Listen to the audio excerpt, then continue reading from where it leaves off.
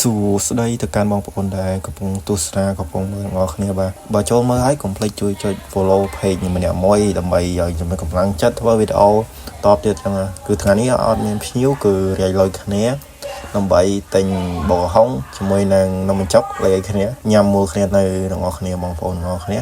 ហើយបងប្អូនណាខ្លះដែលចូលចិត្តញ៉ាំបបរហុងនិងចុកបងប្អូនកុំភ្លេចជួយ follow page អ្នកមួយដើម្បីទទួលបាននៅវីដេអូថ្មីទៀតហើយខ្ញុំនឹងជួយយាមធ្វើវីដេអូនិងមានវីដេអូថ្មីនឹងចែកចម្លែកទៅបងប្អូនអរគ្នាបានមើលបានផ្សាយអរគ្នាយ៉ាងបងប្អូនគ្នាគឺកុំការងារខ្ញុំ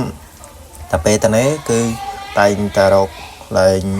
មុខរបរមួយដែលហៅមុខរបរអស់លុយគឺតែញ៉ៃហូបញ៉ាំណាគឺមានមុខរបរអីផ្សេងទៅគឺការញ៉ាំដបងចឹងយ៉ាងថាការញាត់ឯបងប្អូននេះហើយបងប្អូនចាំទស្សនាទៅដល់ចប់ទៅព្រួយ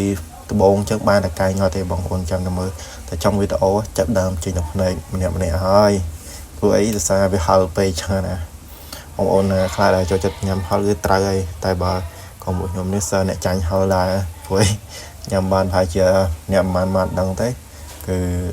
ចេញទៅភ្នែកម្នាក់បើខ្ញុំចេញទៅភ្នែកមុនគេហ្មង